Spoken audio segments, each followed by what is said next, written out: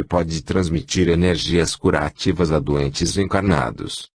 Poderíamos nos estender mais sobre viagem astral em outros agrupamentos religiosos, como no caso do hinduísmo ou do budismo tibetano, mas isso extrapolaria a intenção original deste artigo, que foi a de trazer um pouco de esclarecimentos sobre as ocorrências históricas e práticas usuais de projeção astral em alguns ambientes diferenciados. Esse assunto, se bem explorado e aprofundado, resultaria num conteúdo que só caberia num livro. Portanto, paramos por aqui, chegando a uma conclusão sobre viagem astral. Realmente é um fenômeno universal e inerente ao homem que se espiritualiza, sendo uma porta para experiências diretas com tudo aquilo que está além do plano físico. Saudações fraternas a todos. Relato o Campo Santo de Moisés.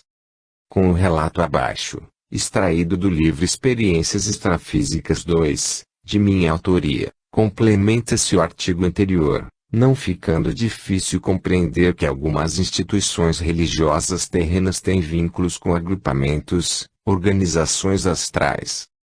Estava na casa de amigos e acabáramos de assistir a um filme. Era 1h da madrugada. Fui deitar-me e realizei exercícios bioenergéticos para projetar-me, mas logo adormeci. Uma vez no astral, estava acompanhado por TT Souza, meu primo, que também atua no mesmo grupo espiritualista que eu, e 3 pessoas que não conheço no plano físico, uma jovem de cabelos compridos, com sua mãe, e um rapaz com idade aparente de cerca de 21 anos.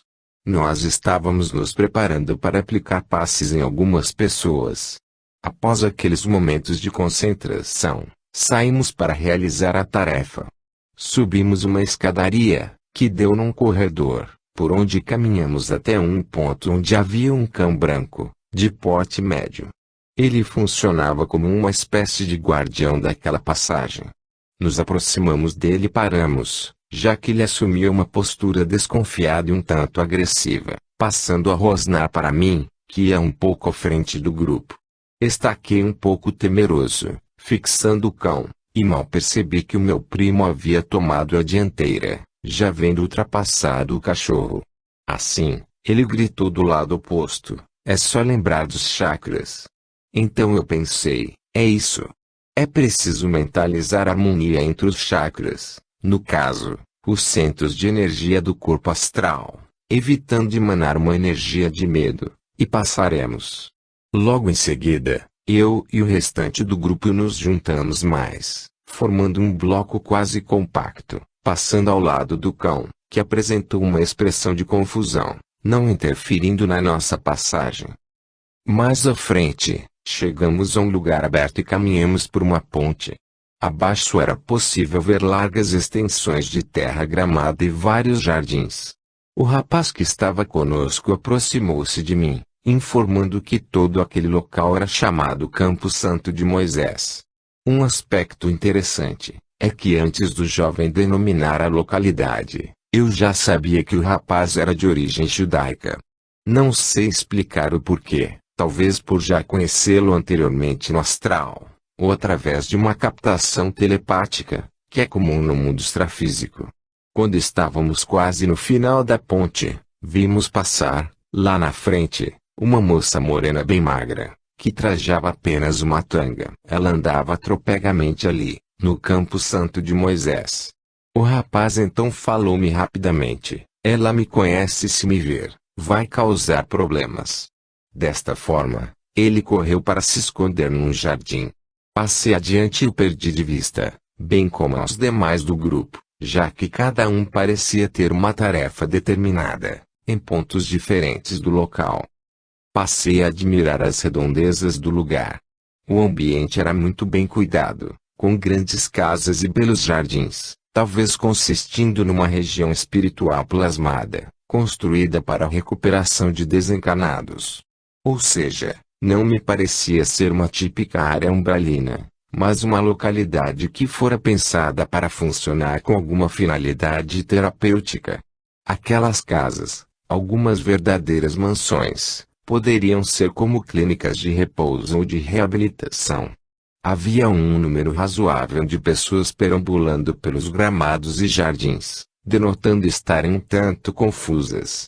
Elas não tinham um aspecto plenamente saudável e equilibrado.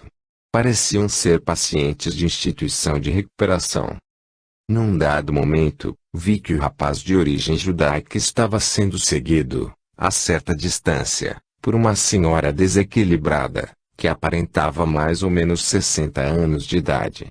Ele passou por mim e penetrou num jardim de uma das belas construções do lugar. Na realidade, o rapaz parecia querer se ocultar da senhora. Tive uma reação instintiva de autoproteção, tentando também me evadir da presença da senhora, que vinha se aproximando. Rumei para o lado oposto daquele jardim e sentei-me numa cadeira branca, como aquelas que ficam em volta de piscinas na terra, tentando não chamar a atenção da entidade. Porém, não tive sucesso. A senhora veio direto até a mim. Aborreci-me com a abordagem iminente. Logo que parou à minha frente, ela falou: quando encontro um homem, eu quero fazer isso. Fez gestos para imitar a relação sexual, ou pelo menos ele tem que tomar uma cachaça comigo. Em seguida, levantei-me irritado e olhei firme nos olhos dela. Ela se afastou um pouco, parecendo ter ficado surpresa e meio aérea. Então, a senhora deu alguns passos pelo lugar, a rodeou e voltou até mim, novamente com um olhar lascivo. Retornei ao corpo físico de imediato, provavelmente porque não mantive o equilíbrio emocional, permitindo-me uma forte irritação. Eram 5h30 da madrugada. Capítulo 4. Artigos Problemas de uma viagem astral. Escrito originalmente em 18 de abril de 2008, e revisado em 01 de outubro de 2011. Relato Luta no Astral. Data da experiência, 06 de dezembro de 2003. Muitas pessoas associam problemas à viagem astral, seja porque não conhecem na prática o fenômeno, seja porque nutrem preconceitos de origens diversas, sobretudo de cunho religioso. Com certeza, na raiz desses problemas está o medo do desconhecido. Boa parte da população humana tende a manter o status quo, rejeitando as inovações tanto na sociedade como no âmbito de sua própria consciência. Assim, a questão da projeção astral não poderia ficar imune às resistências naturais quanto à sua prática, criando-se, na sua órbita, satélites ligados ao misticismo, à periculosidade e a proibições de vários tipos. Inicialmente, podemos abordar um assunto que traz muito receio aos candidatos a uma viagem astral ou projeção da consciência: os ataques extrafísicos. Estes ataques de fato podem ocorrer, assinalando-se, genericamente, que são de cunho sexual, intimidatórios ou agressões energéticas diretas. Serão descritos aqui estes tipos de ataque, mas é importante lembrar que tudo isso que será relatado também pode ocorrer na vida material, e com consequências muito mais drásticas do que no mundo astral. Ou seja, simplesmente viver a vida já traz, em si, dificuldades e desafios. Em outras palavras, crescer e se desenvolver gera alguns atritos inevitáveis, inerentes à própria vida. Caso queiramos, sistematicamente, evitar desgostos e sustos, significa ficarmos paralisados, sendo interessante lembrar que, à semelhança das águas paradas que acabam por produzir doenças, o espírito que permanece na estagnação sofre e faz outros sofrerem. Retornando aos ataques extrafísicos, primeiramente detalharemos os de cunho sexual. Estes ocorrem no astral, geralmente quando o projetor está carente, ou porque o viajante por si só tem necessidades sexuais exacerbadas, isto é, ele mesmo tem a sua mente muito voltada para este campo. Em ambos os casos, o projetor poderá ser assediado por entidades com o mesmo tipo de vibração que ele. Estas entidades podem ser desencarnadas ou encarnadas, projetadas. Quando o assédio for por parte de desencarnados é algo mais preocupante, pois pode gerar um processo de vampirização, onde o projetor paulatinamente perde bioenergias para o espírito ainda ligado aos prazeres da carne, conforme os encontros no astral se tornem mais frequentes. Na realidade, isto nada mais é do que uma obsessão em andamento, se quisermos nos utilizar de uma linguagem espírita. E qual seria o remédio para essa situação específica? Simplesmente buscar um parceiro com o qual possa haver uma boa complementação emocional, sexual, de forma que o projetor esteja em equilíbrio e não busque no mundo extrafísico aquilo que ele deve ter na dimensão terrena, pois, afinal de contas, o reencarne existe para que o espírito possa exercer suas funções naturais e se desenvolver, expandindo-se em todos os sentidos, intelectual, emocional e espiritualmente. Assim, podemos concluir que os assédios nos mundos sutis mais próximos à Terra ocorrem não devido ao fato de realizarmos uma projeção astral em si, mas porque o viajante não está em equilíbrio. E quanto ao assédio sexual no astral sofrido por um projetor, devido a um outro encarnado também projetado. Ora, é a mesma situação. A carência emocional, sexual é que produz o fato. O problema não é a viagem astral. Acrescentamos, também, que assédios da mesma natureza ocorrem no mundo físico, sendo a origem da questão a carência já comentada e não o fato de estarmos vivos. Portanto, os ataques sexuais ocorrem tanto no astral como na Terra, bastando, para isso, que as condições estejam favoráveis. Com relação às intimidações que ocorrem nas dimensões extrafísicas, basicamente ocorrem por dois motivos. Um deles é por estarmos fazendo uma viagem de aprendizado em certas regiões do astral, onde as entidades que ali habitam têm uma evolução limitada, permanecendo ainda numa atitude de desconfiança e territorialismo. Assim, qualquer estranho que por ali passe, será interpretado como um intruso perigoso ou bisbilhoteiro, sendo rechaçado por insultos ou gestos grosseiros. O segundo motivo comum para que ocorra uma intimidação, é quando estamos intuídos ou orientados por mentores, amparadores a realizar uma tarefa de auxílio no astral inferior, umbral. Neste caso, os habitantes do lugar são francamente hostis e intimidatórios, pois geralmente já passaram por situações em que foram visitados por projetores ou amparadores que ali tentaram alterar seu modo de vida através do diálogo, ou mesmo interferiram na comunidade astral como um todo, resgatando um ou mais elementos do ambiente, por não estarem mais tão afinados com o mesmo. Então, chegamos aos ataques extrafísicos, que se configuram como uma agressão energética de fato. Definimos uma agressão energética quando o projetor desavisado recebe energias deletérias por parte de desencarnados ou encarnados projetados. Há casos em que o agressor não tem muita intimidade em movimentar suas próprias energias e, então, parte para uma franca briga de rua, tentando desferir socos e pontapés. Neste caso, o efeito sobre o projetor agredido não é maior do que o susto e o retorno ao corpo físico. No entanto, quando a agressão é realizada por seres ligados à chamada magia negra, podem ocorrer desconfortos para o projetor como insônia, irritabilidade, falta de concentração no dia a dia, etc. Contudo, o projetor somente terá contato com entes ligados à magia negra, caso ele participe ativamente de grupos físicos ou não físicos voltados à antimagia. Ou seja, projetores que estejam apenas com a intenção de buscar aprendizados no astral e ampliar a sua consciência não serão obrigatoriamente confrontados com tal situação. No entanto, tudo no universo é uma questão de sintonia. Se alguém está sintonizado com faixas vibratórias menos elevadas, naturalmente para este campo de energia será atraído. Então, neste ponto poderia se questionar: não seria melhor evitar a projeção astral para prevenir situações adversas? Este questionamento pode ser contraposto com o seguinte raciocínio, que é muito lógico: caso uma pessoa tenha uma sintonia com energias, pensamentos negativos, ela, de uma forma ou de outra, encontrará vazão para a manifestação do que está dentro dela. Isto quer dizer que alguém que tenha tendências não construtivas, obviamente colocará em prática sua forma de ser e sentir no próprio mundo material, colhendo os resultados de suas ações, intenções.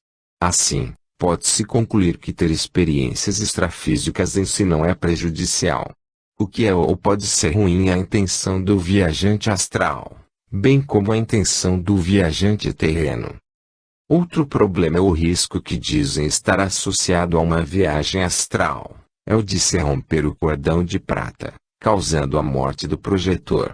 Mas, primeiramente, é importante conceituar o que seja este cordão e, até mesmo, questionar a sua existência. Alguns projetores percebem um fio ou elo de ligação entre seus corpos astrais e os respectivos corpos físicos, denominado cordão de prata, durante a experiência extrafísica.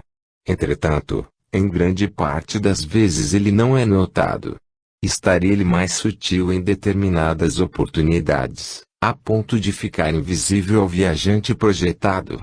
Pode ser que sim, pois as viagens astrais se dão sob padrões vibratórios diversos.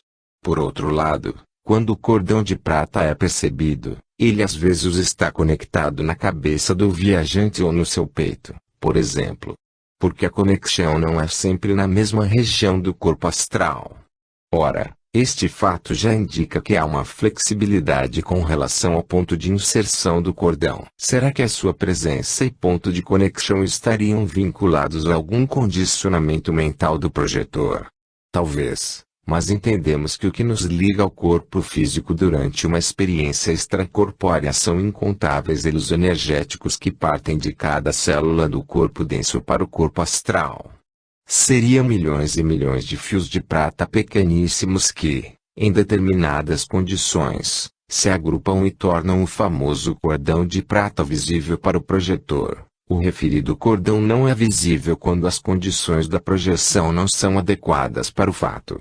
Assim, seguindo esta linha de raciocínio, será que é possível o rompimento do cordão somente pelo motivo de estarmos fora do corpo? Inúmeras pessoas se projetam todas as noites, mesmo que inconscientemente, e por isso estariam correndo um risco de rompimento seguido de morte. Quantas pessoas morrem durante o sono? E quantas morrem durante o sono porque já tinham alguma grave doença diagnosticada? É uma pena que não haja estatísticas para responder a essas perguntas, mas, provavelmente, o número de óbitos de indivíduos despertos é muito maior do que o de óbitos de pessoas durante o sono físico. Portanto, este tipo de temor que paira sobre experiências extrafísicas parece muito mais ser devido ao velho medo do desconhecido. Então, passemos para o próximo problema que se relaciona às viagens astrais, a possessão do seu corpo físico, enquanto o veículo astral está projetado. Consideramos que a possessão é o último estágio de um processo obsessivo. Isso ocorre quando o indivíduo não teve equilíbrio psíquico suficiente para superar a influência do agente obsessor, desencarnado, cedendo total ou parcialmente o seu veículo material para que o obsessor se manifeste na dimensão terrena, de forma ostensiva, durante algum tempo. É importante lembrar que uma obsessão ocorre quando há afinidade, ou fortes elos kármicos de vidas passadas, entre o desencarnado e o encarnado. Caso isso não ocorra em grau elevado, uma obsessão jamais redundará numa possessão. Ou seja, chegar-se a uma possessão não é algo trivial. Às vezes, o assédio sobre um encarnado ocorre por anos a fio, para que possa haver uma dominação, possessão, por alguns minutos apenas. É mais comum um longo processo obsessivo resultar em desequilíbrios psíquicos de vários tipos, até chegando à loucura, do que promover uma típica possessão. É claro que este assunto é bastante complexo, não podendo ser esgotado aqui. Entretanto, com o que foi exposto, é possível compreender que uma possessão principalmente ocorre devido a uma sintonia profunda entre o encarnado e o desencarnado, não acontecendo de uma hora para outra. Isto é, alguém que esteja em projeção, muito improvavelmente sofrerá uma possessão relâmpago. Tem que haver um histórico de problemas com a pessoa para que isso ocorra. Aliás, Alguém em desequilíbrio psíquico, espiritual primeiramente deve buscar um tratamento adequado, para, somente depois, tentar experiências no astral, de forma que isso lhe traga crescimento interior. Mas, falando em distúrbios psíquicos, não é incomum algumas pessoas temerem as incursões extrafísicas por correrem o risco de ficarem lunáticas, sem os pés no chão, ou seja, deixarem a vida material em segundo plano. Isto, na realidade, é um temor que só se tornará concreto se o projetor já tiver uma forte propensão natural a ser lunático. Pessoas impressionáveis poderão perder o contato com as suas responsabilidades mais prementes, por diversos motivos. Uns se tornam fanáticos religiosos, mesmo nunca tendo ouvido falar em viagem astral. Outros vivem sem os pés no chão, ignorando as necessidades de suas famílias, por serem sonhadores sem a capacidade adequada para concretizarem suas aspirações. A projeção da consciência, ao contrário, pode ser um bom instrumento para que as pessoas compreendam melhor o seu lugar e papel no mundo, já que, no astral, muitas vezes lidamos com as nossas próprias limitações, o que contribui para que não nos iludamos tanto. Quanto ao desgaste físico, energético devido às viagens astrais, até que ponto isto é verdade ou relevante? Caso o projetor mais entusiasmado se programe para despertar diversas vezes à noite, para anotar as suas experiências, de fato ficará com um certo desgaste. No entanto, isto se dará em decorrência da programação exagerada, e não em função direta das experiências extrafísicas. Estas somente causarão perda de energia nos casos de vampirização, de cunho sexual ou não, que nada mais são que um processo obsessivo, que pode ocorrer com qualquer pessoa, sendo ela praticante ou não de projeção astral consciente. O que promove esta situação obsessiva são os pensamentos, sentimentos em desequilíbrio, isto é, a manutenção ostensiva de um baixo estado vibratório. Outra condição em que a viagem astral pode estar associada a desgaste físico, energético, é o caso em que se sai do corpo para a realização de atividades de antimagia. Isto, como já comentado anteriormente, não é culpa da projeção astral em si, mas da ação de antimagia, que produz entrechoques que podem afetar aos menos experientes, de forma mais evidente. Diferentemente do que muitos pensam, realizar experiências fora do corpo pode ser algo bastante revigorante. Somente para esclarecer como é possível restaurar as próprias energias através da viagem astral, passamos a citar alguns exemplos. Muitas vezes estamos cansados do dia a dia e um tanto estressados pelo ambiente da cidade grande. Nestes casos, sair do corpo e visitar áreas com florestas, montanhas ou o mar, pode ser bastante benéfico energeticamente para o corpo astral, o que se refletirá na psique e no corpo físico do viajante. Em outras situações, podemos estar saudosos de amigos distantes ou de parentes que já desencarnaram. Em ambos os casos, podemos matar as saudades através da projeção da consciência. Após abordarmos tantas questões que são levantadas por pessoas mais receosas, no intuito de desestimular as viagens astrais, esperamos ter contribuído para esclarecer estes pontos. Por experiência própria, podemos concluir que a prática mais ou menos constante das projeções da consciência nos forneceu mais equilíbrio, vontade de aprender, sendo útil tanto quanto possível. Relato Luta no Astral. O episódio Luta no Astral, que é originário do meu livro Experiências Extrafísicas 2, retrata bem um dos tipos de problema associados à viagem astral, complementando o artigo expresso acima. Fui deitar-me para dormir, naquela sexta-feira à noite, na residência de antiga amiga. Eu estava tranquilo e não tencionava projetar-me. No entanto, mais uma experiência extrafísica ocorreu. Recordo de estar desperto numa cidade grande, com amplas ruas e avenidas, onde haviam prédios de muitos andares. O lugar não tinha veículos, o que fazia assemelhar-se ao centro comercial de uma metrópole, num dia de feriado ou de final de semana. Não sei por que estava ali, e ao ver um homem de idade aparente jovem e pele morena, aproximei-me dele. Havia algo de familiar nele, que era um sujeito com estatura pouco maior que a minha, porém sendo alguém com uma musculatura bem mais desenvolvida que a minha. Ele estava na beira da calçada de uma avenida, e quando cheguei perto dele, distraí-me com algumas pessoas que estavam na calçada oposta. Percebi que o homem jovem e familiar sumira, mas não dei importância ao fato, pois foquei minha atenção no grupo do outro lado da avenida. Este era composto de 6 a 8 pessoas, havendo homens e mulheres. Uma briga começara entre duas moças. Uma era bem magra e tinha as feições de alguém com distúrbios mentais. Esta era bastante provocativa e batia na segunda mulher, que acabara de tombar no chão. O restante do grupo assistia àquele combate, torcendo pela vitória da moça desequilibrada. Eles riam e escarneciam da mulher que estava no chão apanhando. Eu observava tudo, atônito, quando eles perceberam a minha presença a poucos metros de distância.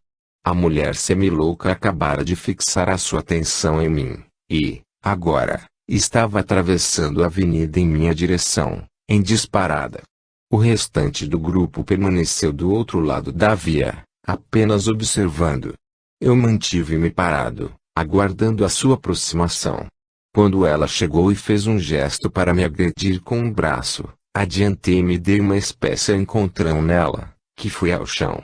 Ela tentava levantar-se do chão sem sucesso, e, então, pude observá-la melhor, notando que parecia bêbada. Logo em seguida, olhei para frente e vi que os demais do grupo dela vieram em meu encalço. Corri, mas depois de um tempo, um dos homens mais rápidos estava quase me alcançando. Assim, parei para defender-me. Eu estava muito ágil e acertei vários socos nele, até derrubá-lo. Não fui atingido nenhuma única vez. Ali, naquela situação, eu estava apresentando uma habilidade e força que não tenho na Terra. Na realidade, no ambiente material, nunca me envolvi em brigas de rua e detesto situações de contenda, seja físico ou verbal. A única habilidade de autodefesa que aprendi no mundo físico foi o judô, que pratiquei como esporte durante 6 anos seguidos, na minha infância, adolescência. E o curioso, é que nunca defendi-me no astral usando o judô. Em seguida, tornei a fugir, tentando evitar novos embates. No entanto, outro indivíduo daquela gangue alcançou-me, até porque eu tivera que parar para lutar com o anterior. O novo adversário era bem alto e gordo, apresentando-se com muitas correntes no pescoço, num estilo meio punk. Devido à sua estatura, tive que desferir socos de baixo para cima. Lembro de ter acertado, seguida e rapidamente, uma sequência de vários golpes num mesmo olho dele, até que tombasse. Minha mão astral encaixava perfeitamente na órbita ocular do grande rosto do perseguidor. Realmente eu estava muito ágil e certeiro, colocando em prática uma habilidade em briga de rua que não tenho na vida material. Logo depois, voltei à fuga, que transcorreu com bastante intensidade. Mais 2 chegaram a me alcançar, mas desferi golpes que os derrubaram, sem que eu tivesse que parar para me defender. O seguir, despertei no meu leito e registrei a experiência. No dia seguinte, no sábado, ocorreu mais uma reunião do recém-fundado grupo espiritualista Francisco de Assis. Durante a sessão, houve a incorporação de um guardião da corrente astral de Umbanda, através da minha pessoa.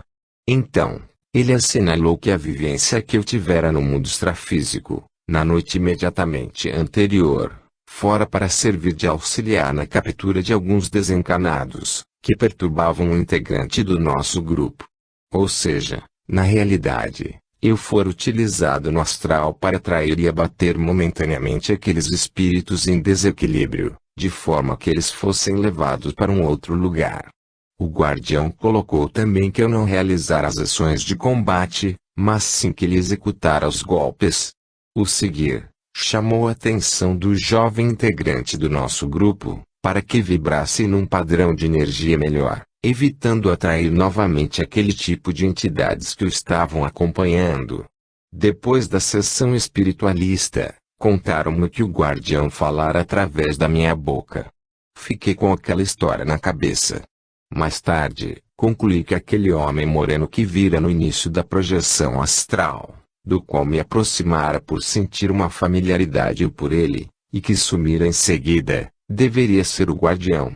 Fazia sentido, pois ele deveria ter sutilizado a sua forma astral, tornando-se invisível para poder me influenciar, mediunizar, de maneira a cumprir aquela tarefa densa no mundo extrafísico, utilizando-se de minhas bioenergias de encarnado, que são bastante relevantes nesse tipo de atividade. Depois, recordei também que já havia avisado ao integrante do grupo espiritualista, cerca de 15 dias atrás, de que eu intuíra que ele estava acompanhado de algumas entidades que gostavam da violência gratuita. Lembro que eu havia lhe falado para tomar cuidado, pois senão ele seria induzido, paulatinamente, a ter comportamento agressivo. Naquele final de semana, portanto, mais uma vez eu constatara uma viagem astral induzida pela influência de amigos espirituais. Capítulo 5. Artigo Descontinuidades da projeção astral. Escrito originalmente em 12 de maio de 2008, e revisado em 15 de outubro de 2011. Relato Sonhando no Astral. Data da experiência, 09 de dezembro de 2000. É possível distinguir dois tipos de descontinuidade quanto às projeções astrais. A primeira é a descontinuidade de frequência, que nada mais é do que a incapacidade em conseguirmos experiências extrafísicas lúcidas com a regularidade, por um período de tempo. Exemplificando, é difícil fazer uma viagem astral consciente todos os dias, ou sempre que desejamos, 3 vezes por semana, 2 vezes por mês, etc. O outro tipo de descontinuidade é a de lucidez, que consiste na flutuação do grau de consciência durante uma experiência fora do corpo. Ou seja, enquanto estamos projetados, podemos estar cientes de tudo que está ocorrendo e, num dado momento, perdermos a capacidade de discernimento, podendo até entrarmos em sonolência em pleno astral. Primeiramente, abordaremos a descontinuidade de frequência. Quais seriam os motivos pelos quais não conseguimos produzir uma experiência extrafísica lúcida, sempre que queremos? Porque há épocas em que as viagens astrais conscientes praticamente somem. Bom, podemos afirmar que mesmo projetores com grande experiência, não conseguem manter uma regularidade de saídas lúcidas do corpo por 2 motivos básicos: o projetor não está em boas condições, ou o ambiente não está favorável. É claro que os 2 motivos citados podem ocorrer simultaneamente, mas vamos examinar cada situação separadamente. Obviamente, o projetor flutua quanto às suas condições orgânicas e psíquicas ao longo de sua vida. Daí, por mais que ele tenha uma sólida experiência pregressa, irá falhar em tentativas lúcidas de projeção quando não estiver sentindo-se bem. Por exemplo, indisposições estomacais, enxaquecas, ou qualquer problema que seja crônico por um período, poderá impedir viagens astrais conscientes. Também é relevante assinalar que há épocas em que o viajante está muito focado em interesses materiais, como a vida financeira ou sentimental, que interrompem as experiências fora do corpo ou as reduz drasticamente. Nos casos citados, mesmo que o projetor se recolha em determinado horário do dia, buscando uma viagem astral consciente, terá dificuldades em ter sucesso. Assim, suas experiências irão se tornando raras ou ausentes por um período. Quanto a ambientes desfavoráveis para a projeção astral, às vezes isto torna a sua frequência bastante irregular, mesmo para bons projetores. Quando nos referimos a ambientes desfavoráveis, queremos dizer que a desfavorabilidade pode ser em nível físico ou astral. Sendo no nível físico, exemplificamos com situações onde o lugar é barulhento constantemente, o que dificulta o processo. Quando o ambiente não é bom em termos astrais, Energeticamente, torna-se complicado conseguir projeções lúcidas. Locais densos vibratoriamente normalmente só permitem saídas do corpo conscientes raras vezes, contribuindo para a irregularidade deste tipo de experiência. Exemplificando um local denso, é o caso de uma residência onde a família discute e briga frequentemente. Contudo, há um fator que afeta sobremaneira a regularidade das viagens astrais de um projetor. Este fator é a interferência do amparador ou guia. Quando estes orientadores auxiliam energeticamente o viajante por um tempo, é neste período que as experiências se multiplicam, tornando-se mais constantes. Após esta fase, normalmente há um raleamento das saídas conscientes. Isto ocorre, sobretudo, no início do treinamento do indivíduo para se tornar um projetor lúcido, quando o amparador dá uma mãozinha por um tempo, de forma a estimular a pessoa a trilhar por este caminho. Em seguida, o amparador deixa mais por conta do indivíduo tornar-se, ou não, por seus próprios esforços, um viajante mais tarimbado. Aí é que ocorre, comumente, uma queda no número de experiências extrafísicas, pois muitas pessoas são pouco persistentes nos exercícios bioenergéticos que induzem viagens conscientes. Agora, abordaremos a descontinuidade de lucidez. Inicialmente é possível afirmar, com relativa tranquilidade, que são raros os projetores que conseguiram realizar uma viagem astral com consciência contínua, desde a saída do corpo, até o retorno ao mesmo, sem lapsos de lucidez. A maioria, normalmente, em algum momento, perde a consciência. Por que ocorre esta descontinuidade de lucidez? Os motivos são variados, mas antes de discorrer sobre eles, é relevante destacar uma situação em que haveria uma projeção astral com consciência contínua, mas que por falha de rememoração, se perde. Explicando melhor, a capacidade de memorização das pessoas no geral, quanto a vivências no astral, não é muito elevada. É possível que alguns projetores saiam conscientemente do corpo, atuem lucidamente no astral por um tempo, mas ao retornar ao mundo físico ainda lúcidos, no último momento, não conseguem transferir para o cérebro material a lembrança total dos fatos. Ou seja, a capacidade de rememoração não foi suficiente para a recordação de algum trecho da viagem consciente, provocando uma descontinuidade na experiência. Isto fica exacerbado quando o viajante vai se deitar muito cansado física ou mentalmente. Por outro lado, há inúmeros relatos de que projetores estão dormindo ou sonhando no mundo extrafísico e, em determinado momento, despertam, passando a agir conscientemente no astral. A causa desta descontinuidade de lucidez é uma necessidade de descanso, ou condicionamento mental, do projetor, mesmo fora do corpo físico. Também podemos apontar outra causa de perda de lucidez, que é o momento da saída do veículo material, que pode ser um tanto estressante. Vários indivíduos, quando estão praticando técnicas para se projetarem, ao tentarem o desprendimento do corpo, sentem desconfortos como tonteiras ou pressões na cabeça. Nestes casos, parece que o lapso de memória que ocorre no ato de desprender-se do corpo, é uma espécie de mecanismo de defesa da pessoa. Assim, após o momentâneo apagão, o projetor recobra a consciência já em algum outro lugar, dimensão. Por fim, gostaríamos de salientar um outro motivo de perda de lucidez durante uma viagem astral, que é a vibração do local para onde o viajante se projetou. Localidades muito densas energeticamente, ou seja, os submundos astrais, podem constituir uma realidade muito diferente da qual o projetor está acostumado no plano terreno. Nesta situação, acreditamos que pode ocorrer uma fuga mental do viajante, que passa a dormir ou sonhar no astral, quando não retorna automaticamente ao corpo físico. Em sentido oposto, quando o projetor vai ou é levado a regiões muito elevadas em termos energéticos, pode também perder a lucidez, por estar fora de seu contexto ou realidade cotidiana, passando a dormir ou se entregar a onirismos.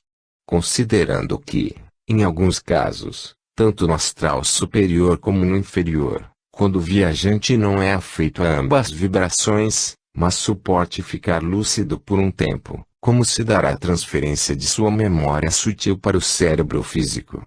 Compreendamos que, como o impacto de realidades tão diversas é forte para a personalidade encarnada, muitas vezes a capacidade de rememoração é afetada, ocorrendo apenas lembranças parciais, podendo até mesmo serem distorcidas, ou ainda, ocorrendo a ausência completa de recordações.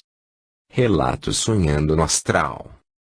O relato apresentado a seguir, que faz parte do livro Experiências Extrafísicas, de minha autoria, exemplifica a descontinuidade de lucidez, citada no artigo acima.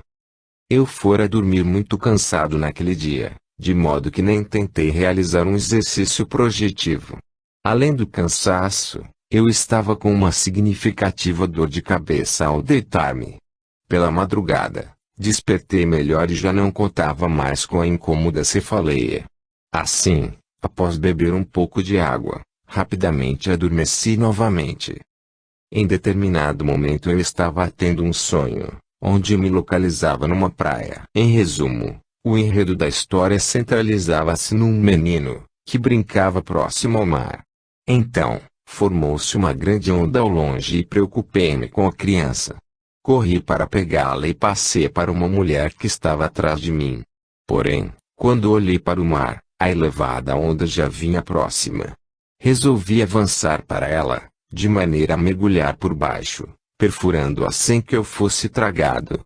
O seguir, todo o cenário mudou. Agora eu estava num quarto estranho, onde havia uma cama forrada com lençóis brancos. Achei muito curiosa a presença de uma pilastra cilíndrica mais ou menos no meio do cômodo. Aquilo não tinha muita lógica. Em seguida, percebi que flutuava. Tentei organizar meus pensamentos. Raciocinei que se estava flutuando, como de fato acontecia, era porque meu corpo astral descoincidia do físico. Portanto, eu só poderia estar projetado. Na sequência, de alguma forma, pressenti que iria voltar para o veículo denso a qualquer momento. Isto acabou por se concretizar, de maneira suave, sem qualquer solavanco. Ao abrir meus olhos físicos, sentei-me na cama e fiquei pensando. Cheguei à conclusão de que estivera projetado, mas sem lucidez alguma. Eu estava no mundo extrafísico completamente dominado pelo onirismo, ou seja, eu dormia e tinha sonhos no astral. Somente no final da experiência que eu estava recobrando a consciência, o que permitiu uma reentrada lúcida no corpo material.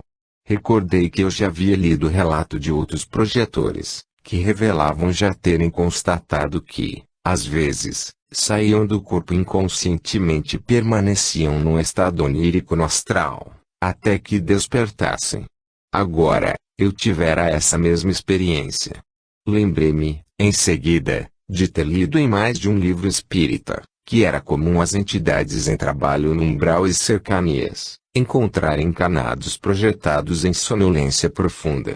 Achei muito interessante constatar esta realidade por mim mesmo, confirmando, na prática, a literatura disponível.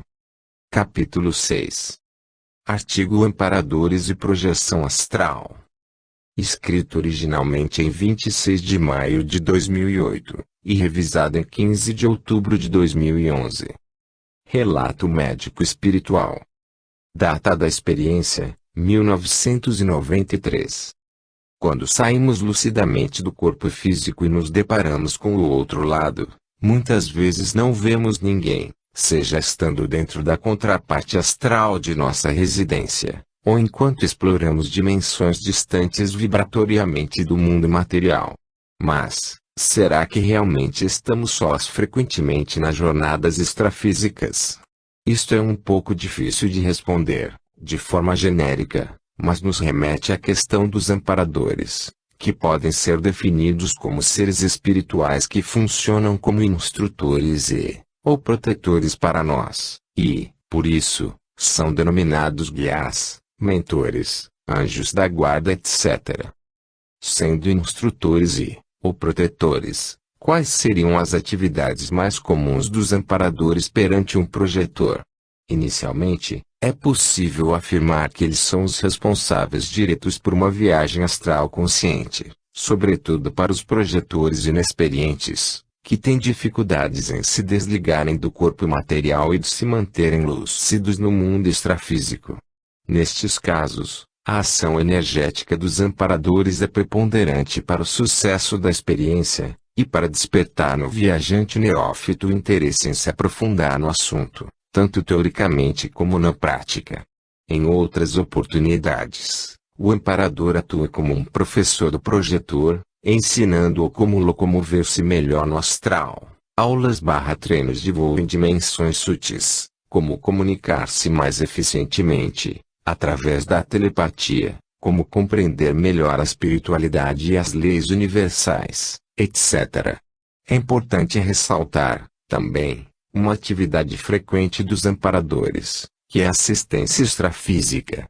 Nestas ocasiões, eles muitas vezes ensinam aos viajantes como fazer isso durante a experiência extracorpórea, e, quando pelo menos o básico já foi assimilado pelo projetor, os amparadores funcionam como guias no local desconhecido, levando-os até pessoas, encarnadas ou desencarnadas, que precisam de uma doação de energia ou outros tipos de ajuda, conversa de esclarecimento, retirada de seres em sofrimento do astral inferior, etc.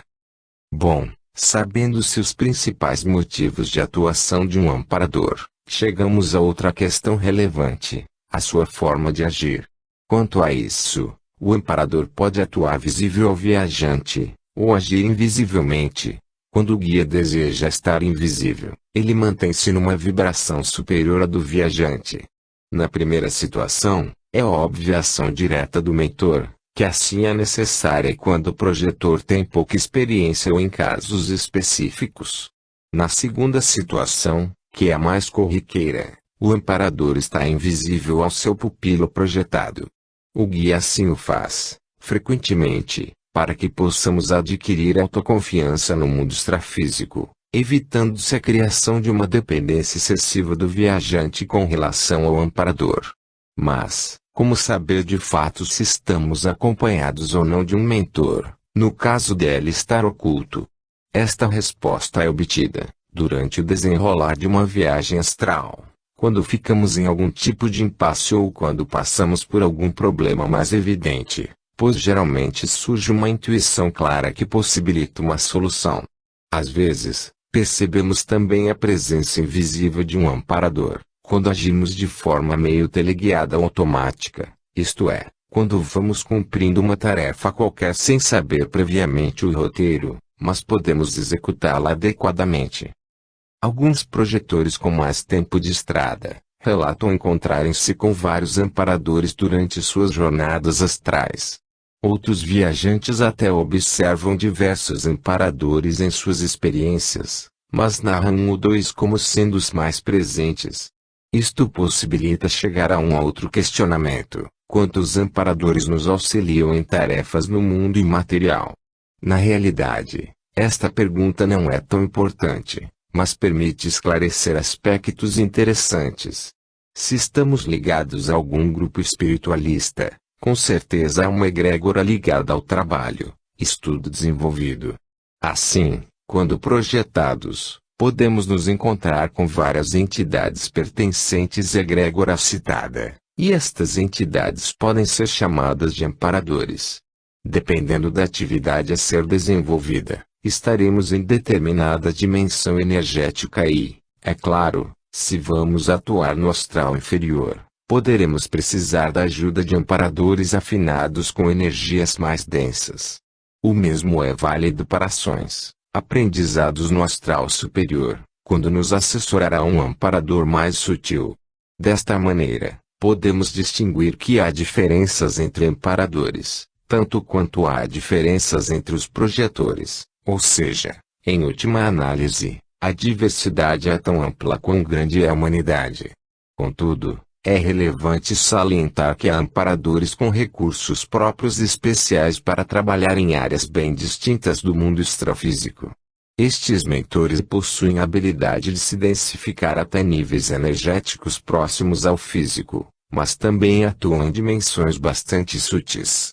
Este assunto não será aprofundado aqui, mas fica a sugestão para quem queira estudá-lo usando outras fontes. Ainda é positivo assinalar que muitos amparadores são extremamente hábeis em mudarem de forma. Explicando melhor, eles alteram com facilidade seus corpos astrais, através de suas mentes, podendo modificar por completo a aparência e seus trajes. Isto é devido à plasticidade da matéria astral, facilmente comandada conforme a vontade do amparador. No entanto, isto é algo relativamente comum nas dimensões extrafísicas, sendo executado também por assediadores e por projetores mais tarimbados. Por fim, vale ressaltar que de todas as nuances comentadas quanto a amparadores, talvez o mais fundamental seja que nós pratiquemos a projeção astral, evitando nos escorarmos numa possível presença, auxílio dos mentores. Entendemos que eles são muito úteis nos aprendizados do astral, mas também que eles mesmos não desejam que dependamos de sua orientação a cada passo que damos. Precisamos desenvolver o livre-arbítrio e ampliarmos as nossas consciências, tanto aqui no ambiente físico, como nas dimensões imateriais. Relato médico espiritual. O livro Experiências Extrafísicas contém o relato que vivenciei e que está colocado na sequência, para complementar o artigo apresentado. Na época da minha vinculação a 2 centros espíritas, soube de uma senhora que atendia solitariamente ao público, em sua própria casa, mediunizada por um médico espiritual. Tive boas referências dela e como eu estava tendo alguns incômodos orgânicos, resolvi conhecer o seu trabalho. Fiquei gratamente surpreso com o atendimento da entidade, através da médium. Não só melhorei dos problemas físicos pelos quais estava passando, mas também recebi informações valiosas de cunho espiritual daquele mentor. Após algumas visitas ao local de atendimento, o Dr. Aloísio revelou-me que eu tinha uma vida intensa no plano astral, realizando tarefas frequentes de auxílio e aprendizado do outro lado, inclusive fornecendo-me detalhes interessantíssimos sobre algumas atividades. Perguntei-lhe como isso era possível, se eu não me lembrava de nada ao acordar em meu quarto, no dia a dia. Isso é característico de quem se projeta e age conscientemente no mundo extrafísico, mas não possui capacidade de rememoração ao retornar ao corpo. Ele respondeu que a minha mente estava fechada para estas atividades fora do corpo e que pediria permissão aos meus guias para fazer um desbloqueio, a fim de que eu recordasse alguma coisa. Fiquei muito interessado no assunto e aguardei a oportunidade com algum entusiasmo. Alguns dias depois, tive uma experiência fora do corpo. Eu caminhava por uma rua até chegar a uma estranha edificação. Era uma casa de formato circular, construída sobre elevados pilotes. Eles tinham cerca de 9 metros de altura. Eu sabia onde estava indo, como se conhecesse bem aquele local do astral. Posicionei-me, a seguir, debaixo da casa. Então, flutuei rapidamente até o seu interior. Lá encontrei-me com o médico. Apenas lembro-me que tinha elevada estatura e trajava roupas claras, e várias outras pessoas. Nós estávamos no entorno de uma grande mesa oval. Ocorreria uma reunião ali para se discutir algo. No entanto, dirigi-me ao Dr. Aloísio, que estava do meu lado, e lhe disse que eu não poderia ficar ali por mais tempo, pois meu corpo precisava ir ao banheiro. Logo em seguida, despertei em minha cama e fui de imediato ao banheiro, pois precisava urinar urgentemente. Fiquei um pouco decepcionado por não ter conseguido permanecer naquela reunião no plano espiritual, mas muito feliz por ter lembrado de uma atividade lúcida no astral. Dias mais tarde, tive outra rememoração de uma ocorrência no mundo extrafísico. Recordei que estava num casarão-fortaleza com 2 andares, cercado por muros elevados. Eu observava, juntamente com outras pessoas, do andar mais alto, um panorama desagradável do lado de fora dos muros que protegiam a edificação. Eram seres humanos com deformidades que os faziam assemelharem-se a grandes macacos. Possuíam pelos escuros e compridos e suas faces lembravam fisionomias de chimpanzés. Eles vociferavam palavrões e ameaças a nós e eu não sabia o porquê. Meu sentimento predominante era o medo. Embora eu estivesse num lugar seguro, em companhia de pessoas de confiança, as entidades lá de baixo emitiam fortes vibrações de intimidação. Num dado momento adiantou-se um dos seres, que era um pouco diferenciado, pois seus pelos eram grisalhos. Ele, então, falou em nome do seu grupo que silenciara. Argumentou conosco que pelo menos dessemos a eles ovos para alimentarem-se, pois estavam com muita fome. Infelizmente, a partir deste ponto, perdi a memória do que ocorreu após aquela barganha. Despertei assustado com o ambiente hostil onde estivera. Quando retornei à casa da médium que recebia o Dr. Aloísio, comuniquei a ele o que recordara das duas experiências recentes no astral. Disse-lhe que estava feliz por poder recordar algo, mas que ficara com uma sensação ruim após a visita aos homens macacoides. Ele informou-me que aquilo era necessário e que a presença de encarnados nos setores mais baixos do mundo espiritual era importante. Segundo ele, nós encarnados podíamos prestar um auxílio especial àqueles espíritos perturbados, ainda muito apegados ao plano material. O médico mostrou-se satisfeito com o que eu havia conseguido lembrar e fez-me entender que ocorreram mais atividades do que fui capaz de rememorar. Capítulo 7. Artigo Viagem Astral, Evidências. Escrito originalmente em 19 de novembro de 2008, e revisado em 15 de outubro de 2011. Relato e confirmação de experiência. Data da experiência, 04 de fevereiro de 2002. Muitas pessoas anseiam pela comprovação das experiências extrafísicas, por motivos diversos. Há projetores, de forma individual, bem como instituições, que labutam para demonstrar a realidade das projeções da consciência. Entendo que este esforço é louvável, até porque se comprovando as experiências fora do corpo, se está também atestando que somos mais do que apenas um corpo físico. Em outras palavras, isso trata de uma ampliação do entendimento comum de boa parcela do Ocidente, ou seja, uma expansão da consciência para essas pessoas. No entanto, será possível se ter uma comprovação científica para a viagem astral? Até o momento, creio que ainda não, porque é impossível atender a todos os postulados científicos, cartesianismo, num sentido restrito. Contudo, será que o método cartesiano se aplica de forma bem ajustada a experimentações psíquicas ou espirituais?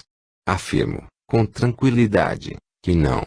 O método científico tem suas limitações. Por exemplo, ainda não há equipamentos aceitos pela comunidade científica tradicional para mensuração de energias mais sutis, embora alguns esforços envidados por admiráveis pesquisadores.